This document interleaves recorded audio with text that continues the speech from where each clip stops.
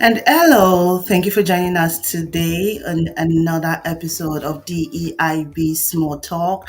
I am Florence Idowu. I am your host, and this show is brought to you by Bavarde Consulting and Management.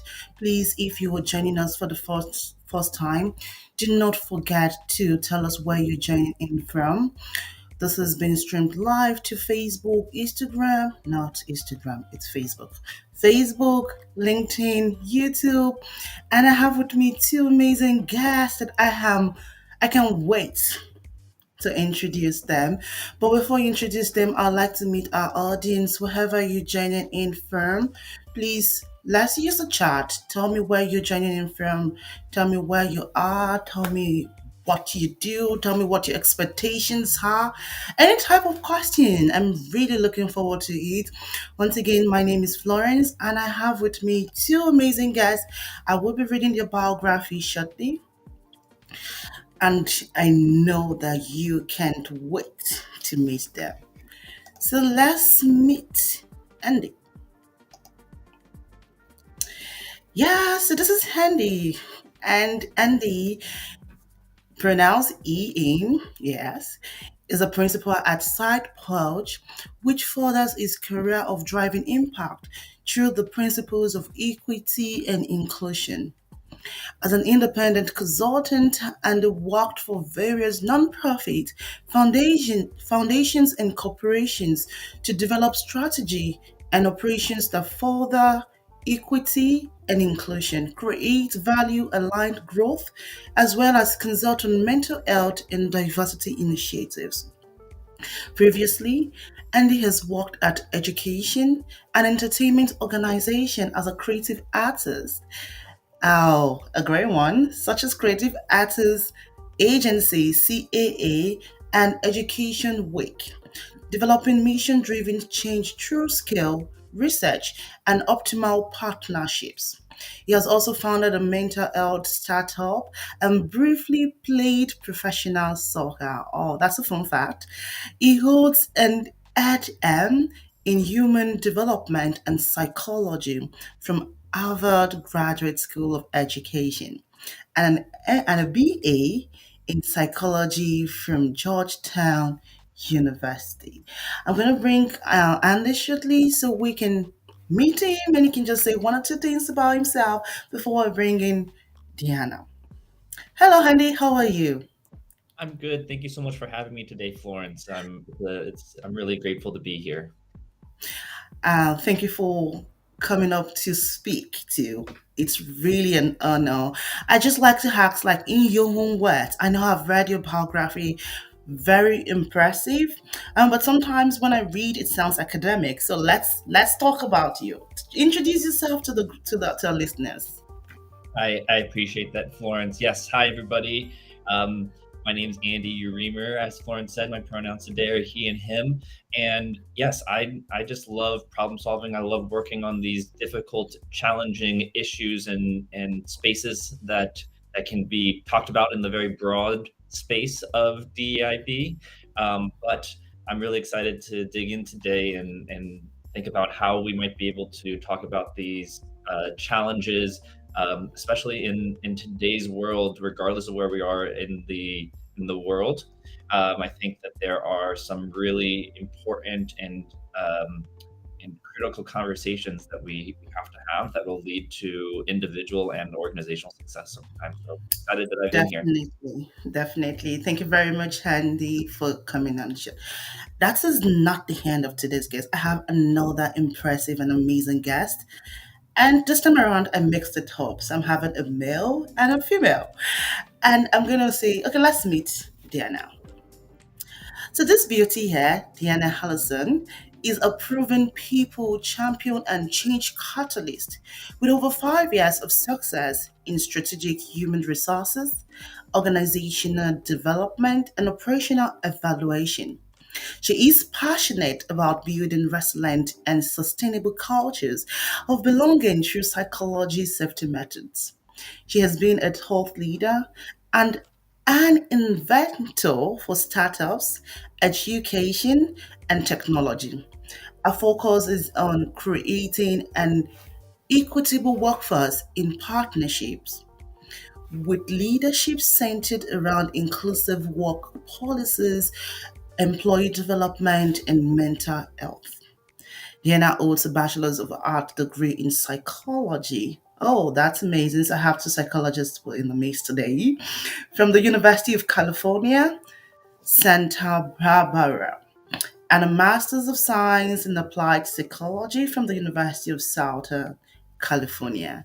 And on that note, I bring on board Diana. How are you doing? Hi, I'm good. Good morning Good from morning. California. Yeah, that's true. Mhm. You're in Pacific time zone. I'm currently in Eastern. I'm in Washington. Yeah, I'm here. Thank you so much for having me. I'm really excited to chat with you and chat with Andy. Um, this conversation, it's just so important in today's workforce because there's so much change on a daily basis, the way we work pre-pandemic, post-pandemic. I'm currently a consultant and having the having the background of a consultant, it's really interesting for me to really identify the challenges that I see on a day-to-day basis from different companies. They're all different, but they're usually the same, if that makes sense. So Also I'm excited correct. to kind of dive into the topics and hopefully sprinkle my experience and into these conversations today with you and Andy. Yeah, definitely. I'm going to bring Andy back on board. I want to say thank you for joining me. I really appreciate it. And I look forward to the outcome that this conversation is going to bring, because I know having two psychologists, oh, we're going to talk about so many things. And one Yeah. thing I found that is similar, and when I was talking with both of you, I never looked into your biography. I just wanted someone who is actively in HR and someone who talks about culture, belonging. And I found Andy, and I found you too. I never knew both of you studied psychology. I never knew both of you were so much passionate about mental health. But when I was putting together your biography and reading it now, I was like, oh, there's a lot of similarity going on here. So we have a lot to talk about. We do have a lot to talk about. So to our listeners, I see some people are beginning to chime in. Thank you for joining us via me from those who are in LinkedIn.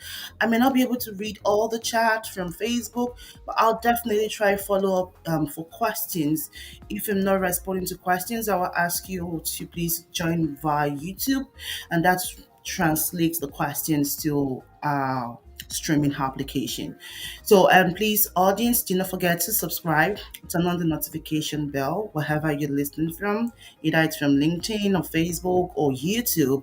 Please turn on the notification bell because we bring incisive topics on DEI and the organization. And that opens up today's show. Okay, so we want to talk about where HR and culture meets. And that topic looks a little bit unique.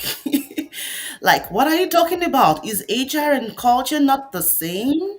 Well, maybe we're gonna prove some people right or wrong. I do not know what the outcome will be, but I'm really looking forward to it because the most important thing and the most important aspect of the topic is the second aspect, which is remodeling organizational culture. So now this is how we'll go about it to make sure it's very much orderly. People will say I'm an extrovert, but sometimes an introvert. So I can be a little bit organizational freak. So we'll go turns. So I will start with you, Andy, because you are in my right top. What is when we want to talk about HR and culture? What is your own definition or understanding? Is there a difference? Is it the same? What's your opinion? That's a great question, Florence. And I'll clarify up top, as you mentioned, that I personally have never worked in HR, but I have worked with several different folks in HR. And I think, as Deanna pointed out, it really depends on the organization and how they're defining it. There are some HR groups out there that are defined in a preventative way, trying to prevent harm from being done, prevent lawsuits. Those are, the kind of the minimal things, if you will. And then there's other groups that are are more focused on really building that culture, trying to think about how to converse across different groups, both within the organization and hierarchical, but also across how do they do hiring, how do they do promotion. All of these things are critical pieces of HR that add to the culture. Mhm. I think I'm also out here in Los Angeles, and I think that some folks can state that culture is it's a very squishy word. You know, there's Mhm. some folks that talk about culture in their organization of like how much free food they get at their offices, or they did pre-pandemic.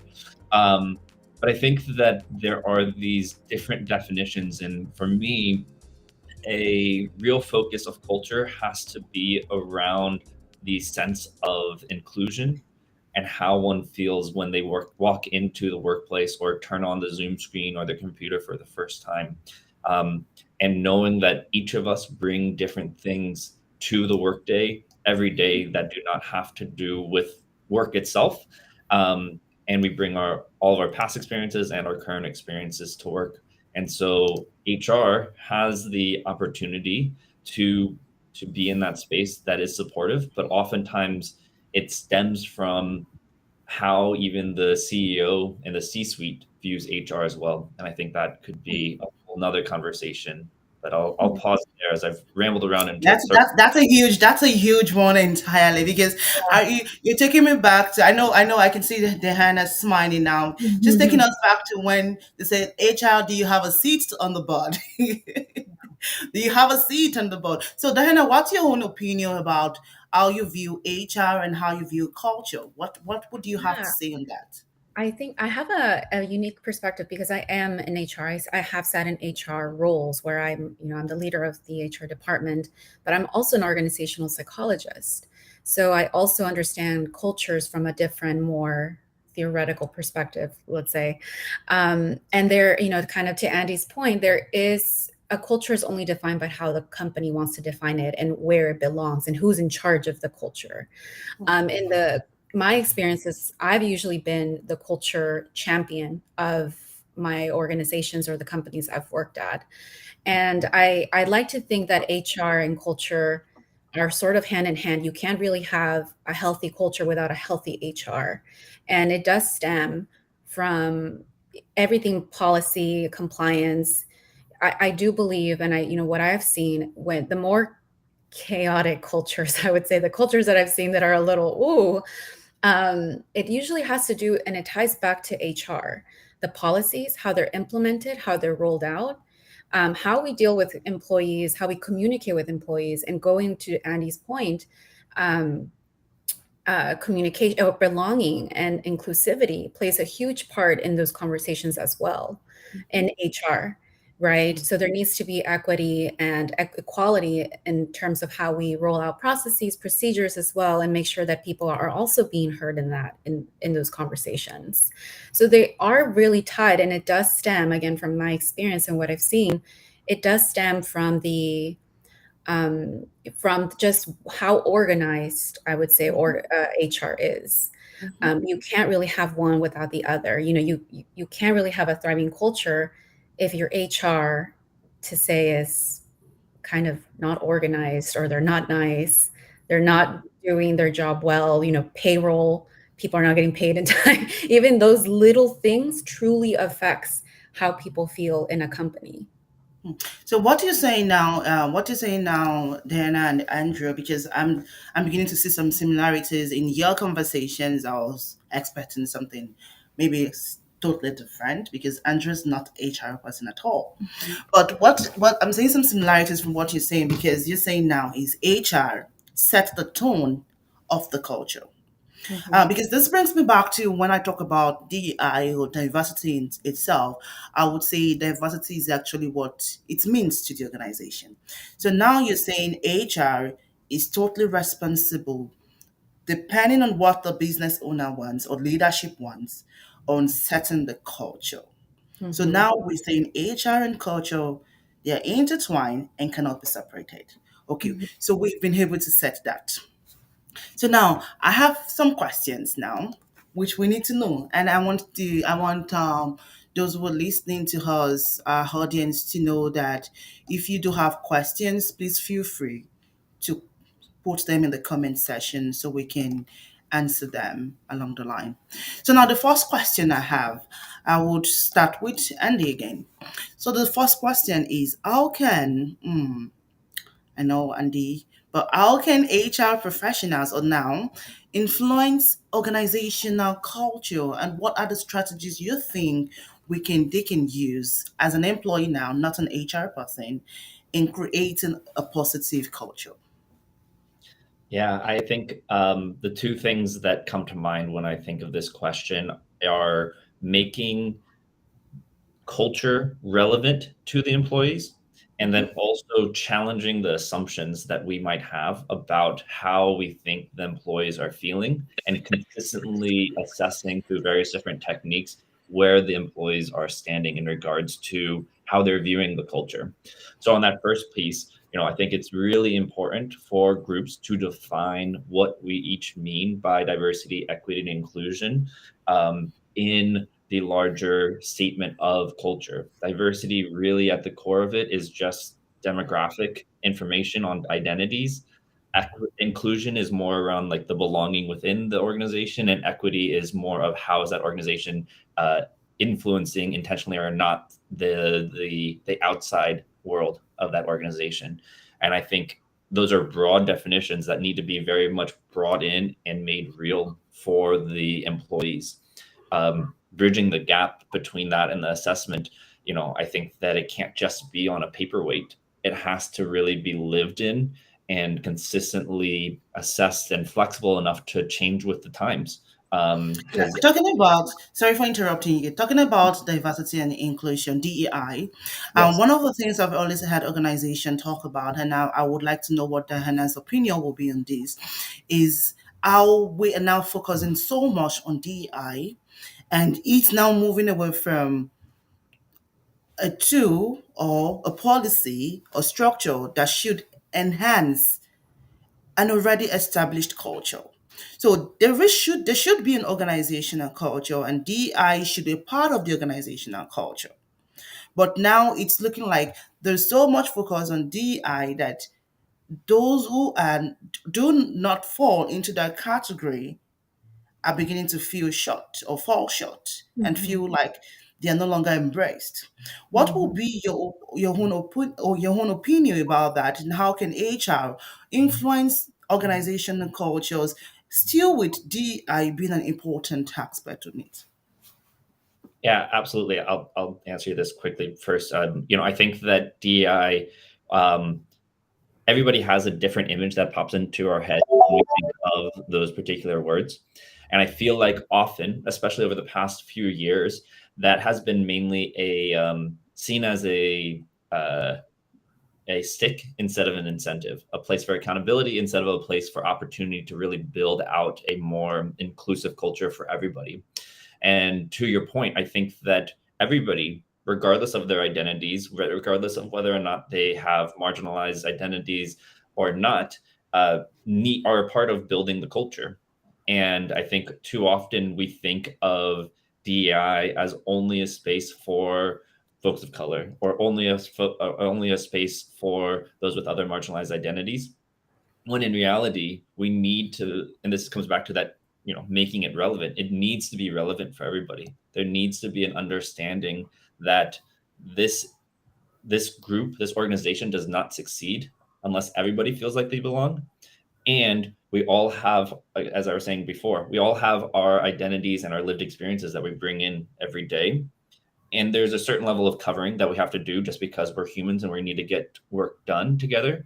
But there's also a level of safety, a level of ability to be creative, a level of being heard that is necessary across all of the folks that are part of any team. And then this comes back down to that reassessment piece of challenging, okay, who have we been maybe promoting, who's in the leadership group, who are we constantly hearing from, who aren't we hearing from in these spaces, how do we make sure that folks feel again heard, and also there is this collective understanding of where we are going moving forward and trying to create a more successful organization and successful being across multiple different metrics that we consistently have to analyze and be reflective upon. And I think that's exactly where HR can have that role of being that reflective piece. Okay, I will let Dehana share her own thoughts on the same question. Now, coming from an HR professional, Mhm. how do you think you, as an HR professional, can influence organizational culture without taking away that big part of DEI? That's a big question to unpack. I think you can't. Well, first, in order to even think of some strategies, the company needs to understand and assess where they are, right? Where are we currently? What does our workforce look like? What is the diversity? Who we kind of need to really understand the workforce itself. We need to understand where we are and where we want to be. And that's really the kind of reflection that companies really need to take into consideration when really understanding some of the strategies that we want to build in. Um, as for HRs, when we step in, it does go back to that piece of really understanding kind of, to Andy's point, our internal promotion processes. What are the raises look like? Those little things add up to the equitable health of the organization as well. And so the conversation with DE and I think where many companies miss the mark is they create these subsections of, like, I'm going to have a DE&I officer, and I'm like, Mm-hmm. no, yes, I'm sure it's going to be, I'm sure they're doing great on their own, because essentially maybe the company's too big, so they do have the resources, but essentially those policies need to live within HR, if that makes sense. So I have a different argument. HR needs to be the person that really is rolling out these policies. Something as simple like making sure, we have our pronouns displayed. Those little things need to be rolled out from HR and into the company. DE&I lives in the company. It's not its own subgroup or subcategory. It needs to be lived with and really sort of, what's the word I'm thinking about? Lived in and also modeled through HR. HR business partners needs to really partner with a lot of the leaders of the departments, right? And make sure that when we're having these conversations around performance or just employees being disgruntled, we're also taking into consideration who the person is and why they're feeling disgruntled as well, right? There's that piece that we also need to be thinking about, because employees are all very unique. It's not a one um, it's in a one-way type of approach. It's not black and white. It's It's not. very It's not. gray. It's very And great. HR needs to really understand the human side of people. And they really, HR professionals really need to take into consideration when we're implementing policies, the harm that it can actually create in the long run. So that's where I kind of sit in as an HR professional. It's like, okay, we're going to roll out this policy. What is that going to do to these employees? I consulted with a clinic recently, and they only provide 5 days PTO. I was vacation. I Oh, was oh yeah. all year. I was Oh, shocked. I was like, okay, um, let's think about the well-being of employees and the mental health and in vacation. an And hospital? Did you just say in an hospital, a clinic? so it's a clinic that I was contracting with, and these were their policies. And I was really giving my recommendation as to why this Yeah. is extremely harmful for employees. What Employees, I'm wait, I'm gonna pause you there, Dean, yeah, because this is very controversial now. You yeah. mean in a clinic that they should understand mental health and the importance of mental health, because they probably tell this to every of their single patients, the Mhm, importance of mental health, mhm, and you telling me they have just 5 days in PTO for mhm. a month? Is it a month or a year? Something. So it's like the standard sick days, which I believe it's around 5, and then just 5 days vacation. Okay, Um, and that that's crazy. no human can work under that framework. No, I And cannot. Definitely not me. right. And so that in itself is already, such a misalignment between the Mhm. culture that you want to be, you want to have. This the CEO was, I want to create, I want to be the number one employer here in this area in Beverly Hills, Mm. right? And I said that is far from where you Yeah, are. It's, we have, we definitely. survey, we have people telling us that this is what, what we want. This is not, this is not fair. This is not equitable. This is really just a really dent to people's well-being. Yeah. It's just, They it's will truly have a lot of terrible. and burnout. Hmm. and I was mentioning, I don't think you're understanding that employees are humans first. We work hard. We work to live, not live to work. Yeah. And we really need to change that mindset when we're thinking about these policies as well. So that's kind of where I step in as an HR professional and how I influence culture, because even this policy will really change the course of the employees, their lives, their well-being, but also the culture. Everyone's disgruntled. And I'm like, just change this one policy. I promise you, it will change. It will alter the culture of the company. Um, Mm. so even in those conversations, those little bits of policies, they may seem small, but they create a huge ripple effect across the culture and the They do. company. They do. They do. They do. There's something that you mentioned which I was going to reboot at. Yeah. Mhm. And Yeah, that was about and that was about HR or DEI and HR being shouldn't be a separate office. yeah, yeah. I listened to your argument, which almost made me accept, like Hmm. move towards acceptance, but at the same Yeah, time, being a DEI consultant, I would disagree. Okay, fair. yes, So I I've would worked with disagree. D&I consultants as I was a head of HR. I also worked with DI consultants, but when I work with DI consultants, I work with them to help me in an HR setting implement these policies. Good. I do Okay. believe DI consultants play an incredibly large part in the culture and the D&I because they educate. So I've worked Mm-hmm. with so many amazing DI consultants that come and they educate me as well, because I don't know it all. But in terms of a company, the Mm-hmm. way I see it, Internally. DEI needs to live within the HR space. It Okay. needs to live in the company and not have head of HR and head of diversity and inclusion.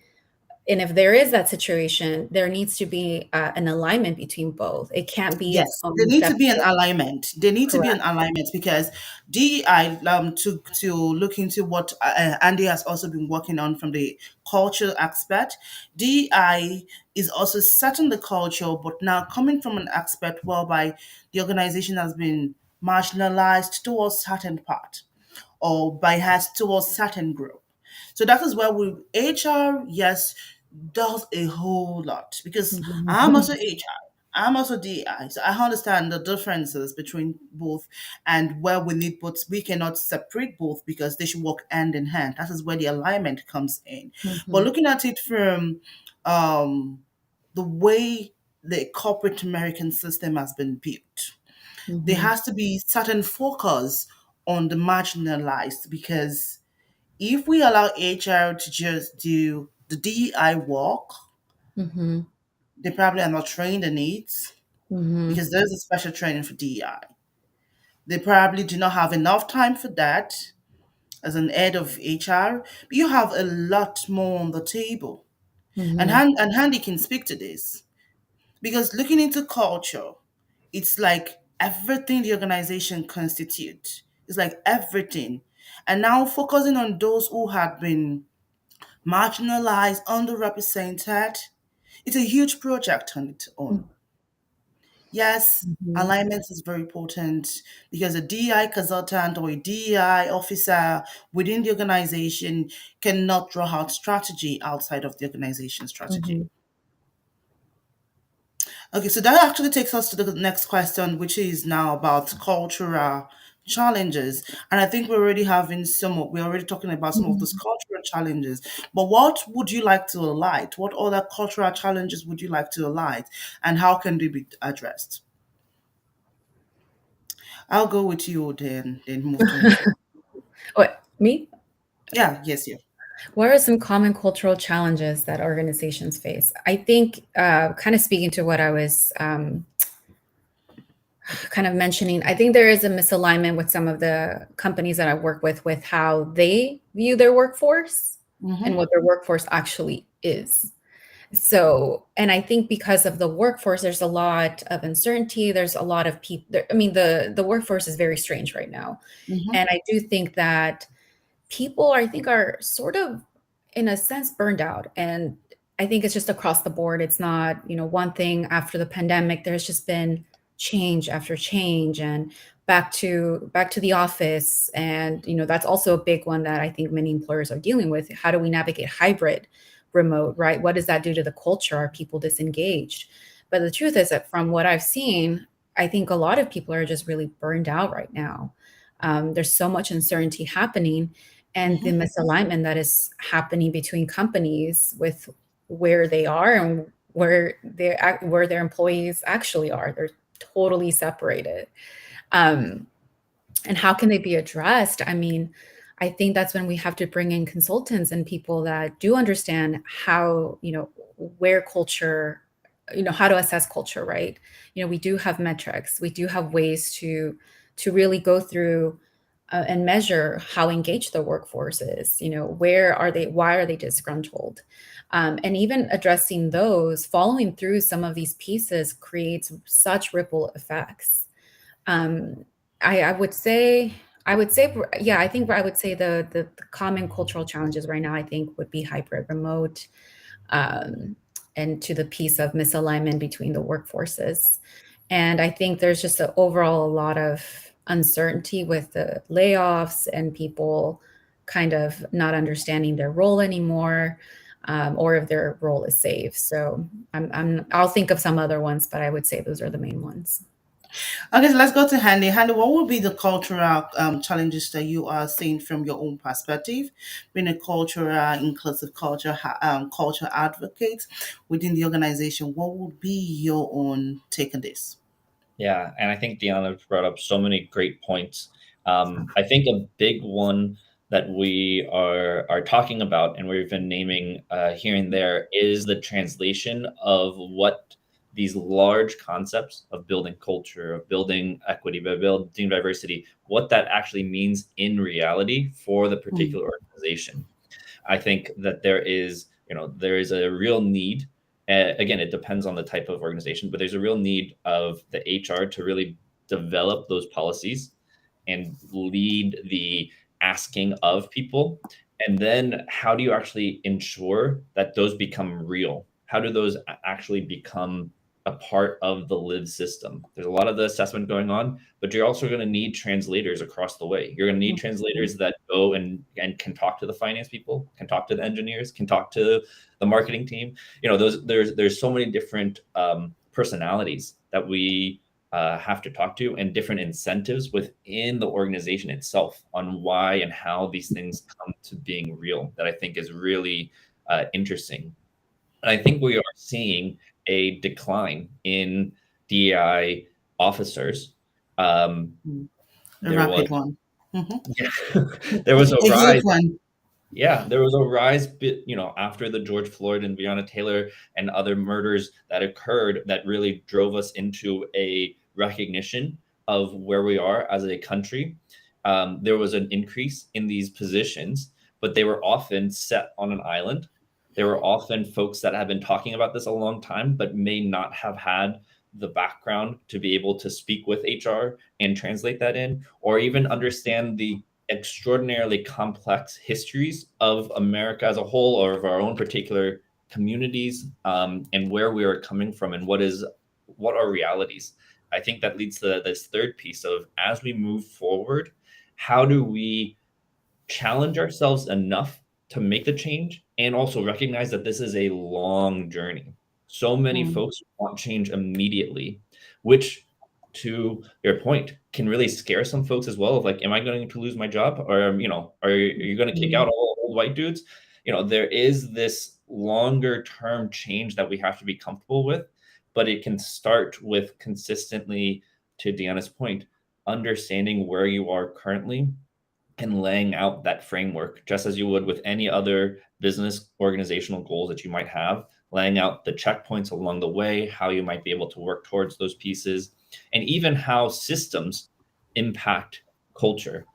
Oh yeah. Are you trying to use Mhm. Slack and nobody has ever used Slack before, and you're trying to implement this and people feel overwhelmed and feel like it's another inbox to check?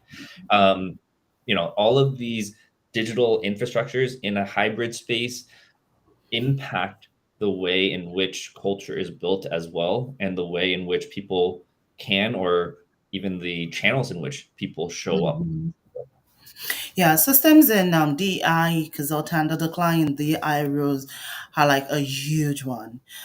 How to navigate through the hybrid process. A lot of organizations like startup we have quite a number of startup now trying to solve the problem of the blend between the remote work and the Mhm. on-site work.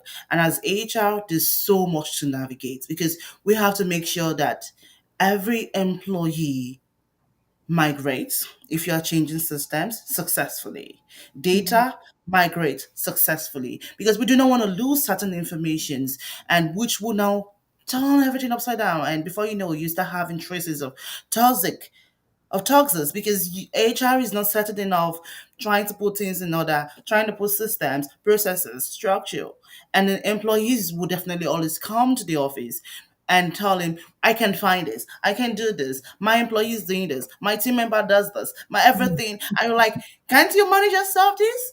So there's so many things, like so many funny situations. And the decline in DEI consultant, there is a whole talk now on Mhm. diversity fatigue. And I know that, and then also talked about it about the burnout. It's not even just in the DEI itself, it's like the Mhm. whole organization. Mhm. Employees are feeling burnout, HR burnout, business leadership too. They're feeling everyone is experiencing burnout. I Mhm. know that during one of the things that we want to really look into is how um the COVID-19 has really impacted the workplace. And we're really talking about it because now we can see that a lot of things are changing. The future of work is rapidly changing. Should we talk about the layoff? Mhm. The layoff and the way people has been displaced. That is also a reflect of culture. Of how do you displace your people? How do you lay off your people? Some people say, okay, some get severance, some don't. Some do Mhm. not even couldn't even get a job because there is no job. Mhm. And in DEI, it's a different case entirely. Just like Andy talked about now, the George Floyd, there was a rise. Everyone wants to make sure they avoid the legal risks. They want to show themselves as an inclusive organization. They want to improve the employee branding. They just did everything Mhm. for the show off. In my country, we call it show off. It's just eye service. And after that, okay, 2 years has passed. This is 2023. 2 years has passed, and now, okay, we no longer need DEI. Mhm. Yeah. So now we are talking about post pandemic. We're talking about the culture post pandemic. There's been a lot of changes. So, what steps now? What steps can we take from culture as a psychologist now? Andy, what steps do you think we can take to support a positive culture in a remote or hybrid workplace? Then I'll go into the HR side to see where we can take so we can marry both from non HR and from HR. So, Andy, I would let you go first.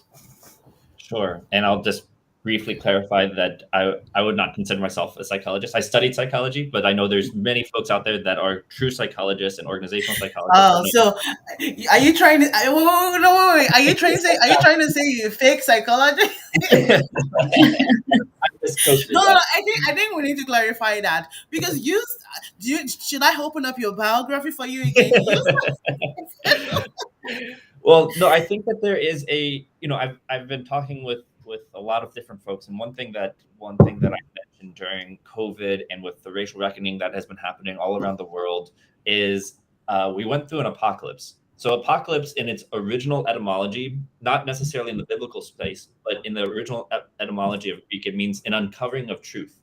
We have been witness to this ability to really find out about what truth exists out there, that opens the gate for also mistruths or the ability to not really to have competing truths, which is can be perfectly legitimate. What is true for me doesn't necessarily need to be true for everybody. But I think that there is this understanding now that there are multiple truths that are coming to the surface, and the recognition of that is a hard journey. And again, to Deanna's point, meaning organizations, but also the individuals wherever they might be in all of this. Another way that I like to think about things is through what people much smarter than me have called four eyes of oppression. We have ideological, institutional, interpersonal, and internalized. And I think those ring true in every single ecosystem, as well as where ecosystems mix. So, as a whole in America, we have those four things. But also within each community, we have those four things. And within each workplace, we have those four things. And again, these are things that don't change immediately overnight. There are programs, platforms, ways to analyze it to show progress over time. But just like any recovery, it's not a straight line.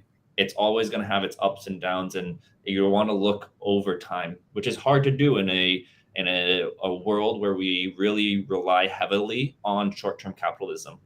But maybe Mhm. think more of it in a longer term sense, that is going to help us bring in more of the human side. And so now, as we think about remote and hybrid, I think to Deanna's point around making sure that the policies are very clear is extraordinarily important. Making sure that as policies are implemented, there is understanding how is this going to actually happen from a equity standpoint. Are there folks that may not have access to high speed internet? Are there folks that maybe don't feel safe in their house, or maybe they just have a bunch of kids running around at all times, and we have to, there is a certain level of understanding that is brought to the table, and what is going to be the culture there. I personally love when I get to meet the child of a person that I'm working with. But there are some folks that like shut the door and lock the door, and there's no kids ever Yeah, allowed in the the best in space. your life. Hmm. Yeah, and I think that that is an interesting conversation to have. There's no right or wrong, and obviously there are times when, heads down, there's a deadline, we got to get work done. But there's an opportunity here as we break that wall between home and work for this opportunity for folks to hopefully show up in ways where they feel safe, they feel included, they feel like they can really innovate and grow and help the organization in real ways from home. And that leads me to my last point here, which is how do you really support the individual in that is working remote or working in a hybrid space, because there's no longer that divide between work and home. It can get really overwhelming and add to the burnout of, well, I'm just working all the time then. And so I think, again, coming up with the policies, but then how do you make this real? And that's where sometimes the DEI officer, especially at large organizations, can be helpful in kind of translating and making it real. But working with the managers, working with the folks on the ground, all the way to the C-suite, what are your policies? What kind of culture do you want to actually build here? And how do you make that real for folks so that they can still feel like, okay, I am working to live, not living to work, to use Deanna's great phrase there. And then I'm going to ask you, why are you not in HR? I think I need to have that question. Why are you not in HR? Yeah. You need to have a answer. Why are you not in HR? I love working with HR folks. That I love working across all of these different places. So one of the places that I love the most is being able to translate across the way. So being able to learn from folks who are such well versed in HR, like you both, is a real benefit to me. So that I can also bring this to other groups as well. Because as you said before as well, there are patterns that emerge. I think Adrienne Marie Brown, I always reference her book, Emergent Strategy.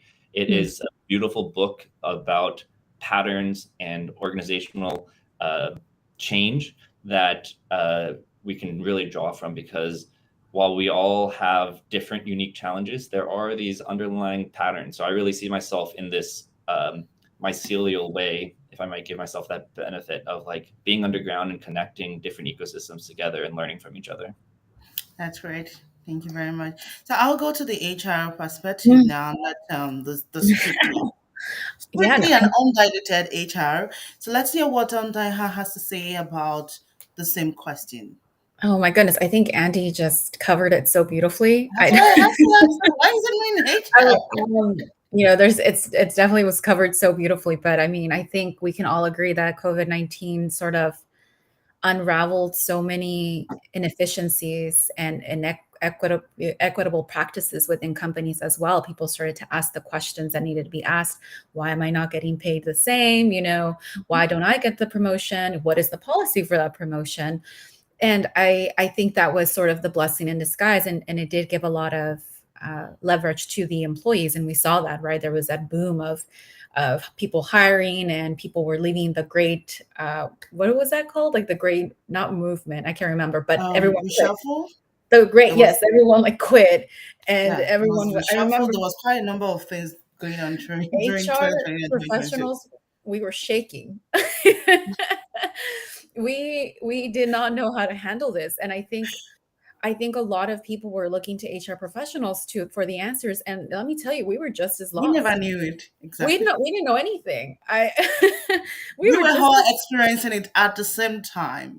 I was We're I not was weird. we're not superhumans. We're not coming Yeah, from Mars. right. It So was we some were all reason. experiencing the same thing. Yeah, for some reason, we were expected to know how to navigate this new normal of the Great Shuffle at the time, and I had no idea what to do, to be quite honest. But to Andy's point, one of the things I remember, I was at a nonprofit at the time. I was the head of HR. What we had to think through were the policies. What does remote working from home look like? We provided stipends for people for their internet at home because we were aware of the fact that some people may not have high speed internet, right?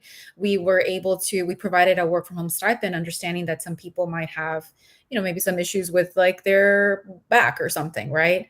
Or so they can get a good chair of some sort.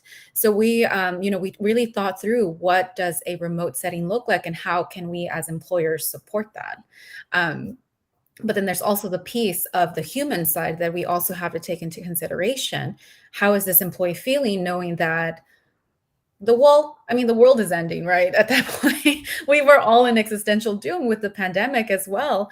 So how do we make sure and ensure the employees are doing their work, but also acknowledging that they are humans at the end, that they're also feeling the exhaustion of the pandemic. And that's really where these conversations come into place, having more of the human side, having these conversations with our team. We would have a lot of staff meetings. We would bring in a lot of consultants that would do a lot of these workshops and have safe spaces within the company for people to share more of their human side, because you can't do that all the time in a company meeting. But we did create spaces for that as well. But in terms of the positive culture, it also goes back to what Andy was speaking to in terms of the systems.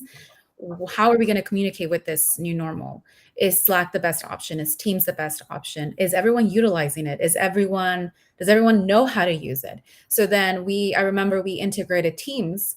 So then we had to have trainings on a monthly basis to, this is how you do this. This is how you upload. This is how you use the OneDrive. So making sure the teams have the information, they're educated on how to use the information, so they can work at home and they feel engaged, right? Because that was also the second piece to all of this. Let's provide the systems, but also how do they feel engaged? So Mhm. that's where a lot of the trainings come into place. Having, I'm gonna add this, especially when people do not like to turn on cameras. I respect when people don't. I can respect it, because sometimes I have my days where I don't want people to see, I'm having a rough Hmm. day. Hmm. But I did encourage, and I still encourage camera on, because it does add that element of human connection that we have and that we did miss for over maybe 2 years for some companies.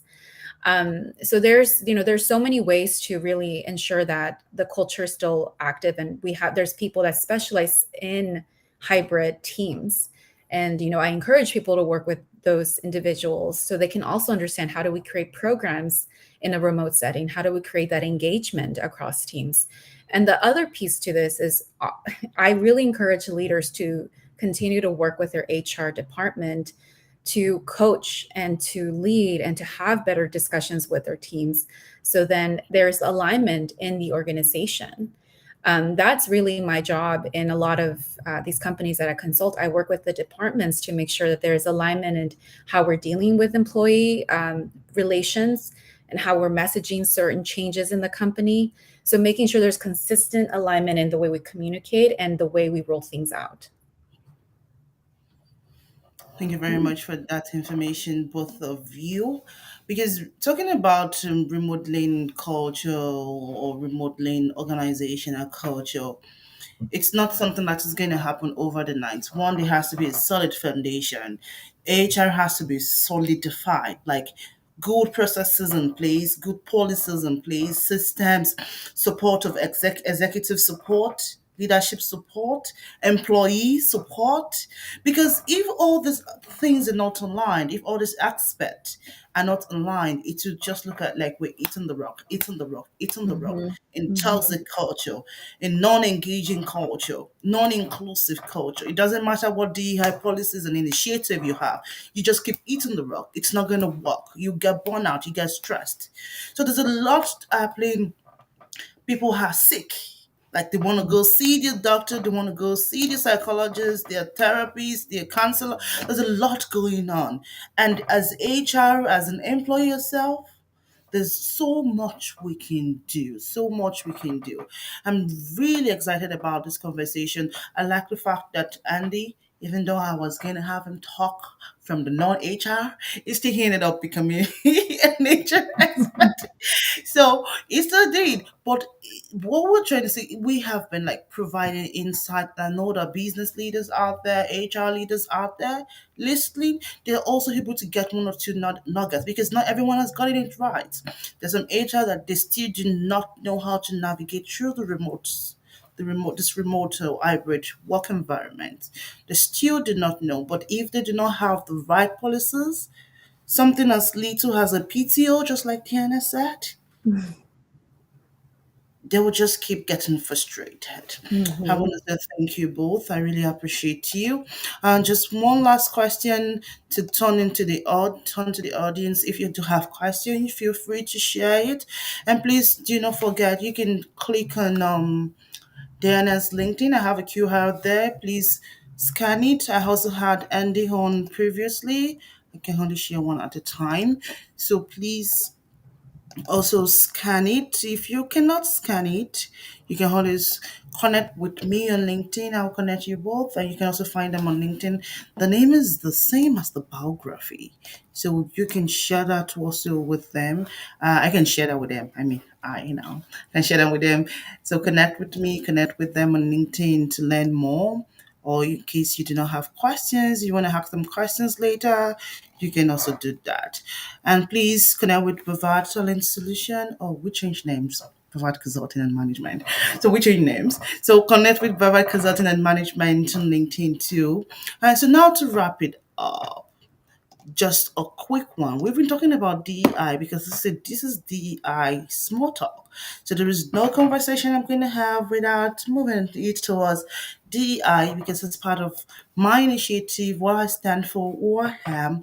And I try also to bring enlightenment so that every other person out there can know what to do because people are really getting to that tight spot that they do not know what the next step is going to be. I know we've really talked about DI and how we can how they are still together, they aligned, they have to be aligned. Is there any other policies, any other resources about DEI that you both can share with the audience that would really help them in navigating through the process to remodel their culture? I'll go with you then, you and my friend here. Ah, I was hoping it'd be Andy. I'm like, I don't know if I have the answer.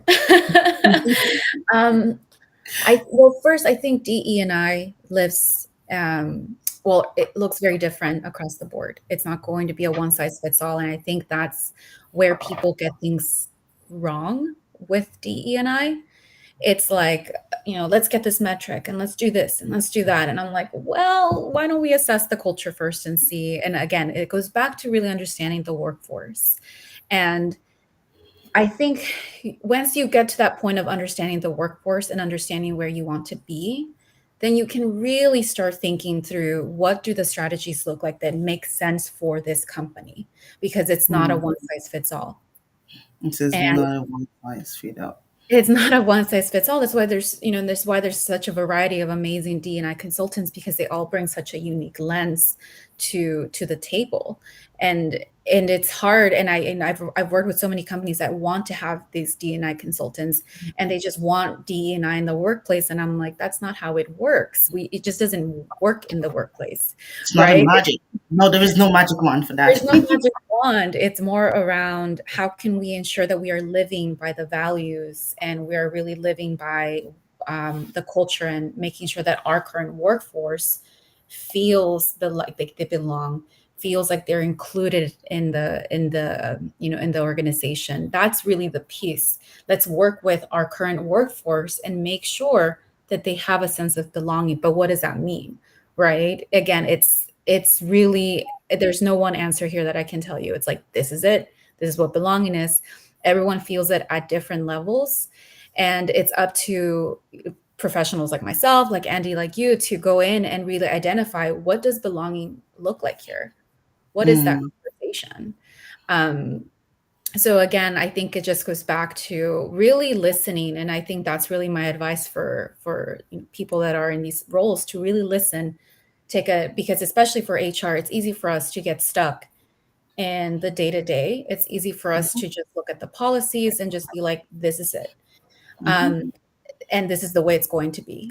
And Mm. it's really easy to get caught up in those mindsets as an HR professional. And that's why it's important for us to also expand ourselves and work with individuals like yourself, Florence, like you, Andy, to really give us that insight. I mean, I sort of have that insight already, but I still work with consultants because I don't have the answer to everything. And it's really up to us, to the HR professional, to make sure that they live by the DE&I, and that means to really listen Initiative. to the Yeah. workforce. They have to be the Okay. ones. Sorry, go ahead. Yeah, yeah. I was going to finish up that live by the DHI principles and initiative that Yeah, they have set. yeah, Yeah, I will just let Andy go sure. forth, and let's see what Andy has, like one sentence or two. What will be your own take in DEI, so we can wrap off the conversation? 1 minute left. Sure. I'll be brief. It is not check boxes and just workshops. It has to be long term. It has to be infused into longer term initiatives than just the first piece there. And I think Deanna put it brilliantly, or continuously coming back to the reassessment and what makes it real for them. An organization that's mainly based in Los Angeles is going to have to have different D&I standards than those that I've been working with in the rural southwest of the Americas, or based in Lagos. I saw somebody there. So truly has to be different. The last two things I'll say. One, when we work with organizations, especially startups, we work on a building ethos. Ethos really has to stem from, what do you believe to be true, and why are you uniquely positioned to accomplish that? And that's something that we work. Is there something like a Yeah. virtual Can org? you Like, type is it that out? virtual org? Because Andy is like, yes, let's go back to the foundation to start Yes, up. yes. Oh, I Yes. really So wish we had there's enough a whole piece time. around ethos that we help groups go through to build frameworks, regardless of where you're at, new or large organizations. And then I'll just quickly shout out a company that I sit on the Equity and Inclusion Advisory Board for. It's called Film Forward. Filmforward.io is the name of the company. And they have a really great company, because they fuse a platform that tracks inclusion through a unique process over time through constant reassessment. But they kind of break the traditional workshop format by using short films that are award winning from marginalized, undertold stories, and then using that as a kickoff for these conversations that are pertinent to everyday life in the organization. So filmforward.io is a really great organization that can help do that assessment and furthering of taking those first few steps. At the end of the show, I'll be sending you an invoice of just $1,000. for the quick shout out. But I really like the fact that you're breaking the protocol. I want to say thank you to both of you. You've been amazing. Your insight has been insightful. Your advice to leaders. I know that some people do watch after time. So for those who will be watching after time, I know they will also find this valuable. And for those who are also online, trust me, they're finding it valuable. I already showed a comment earlier. So you guys are amazing. And I know that you guys are amazing too. I want to say thank you very much. Thank you for coming to the show. I'd like to ask one last question. I know we passed 2 minutes. So you're gonna give me 1 minute each. Fun Okay. fact about you. Just something fun. Fun fact about you. We'll go first. Um, I'm I'm running the LA Marathon. Yeah. Oh, that's a great one. I wasn't And, even gonna talk about and I play that. guitar. You could see my guitar in the background. Yeah, I can see. I Yeah. could see it now. I can see that now. Mhm. What about you, Handy? Yay. Those are great fun facts. I'll quickly say Jeez. I am I have a 35-pound Australian cattle dog who is always running around and is one of the fastest animals that I've ever seen in person. But we always go on some morning runs up and down our hills here in Northeast Los Angeles. So um, that's the running fun fact to continue. Diana's much more impressive running the LA Marathon. Oh, thank you very much to Dana and to Andy. It's been a pleasure to have you on the show, and I hope to have more conversation with both of you. I'll say thank you. I do appreciate. Thank you very much, you Thank both. you so much. Thank you so Thanks. much, Florence. Thank you. And this brings the end of DEIB Small Talk, an episode that is focused on culture and HR and how we can remodel organizational culture. We've had so much insight from Andy and Diana, and it is amazing. The advice, Andrew's, and the four eyes. I'm gonna write an article on that. Is great. And I'll tell you all, thank you. Thank you for listening so far. Thank you very much for those who stayed from the beginning to the end. I want to thank you. Oh, a question came in. Unfortunately, this is the end. I'll send a question to Andy and Dina to answer in chat.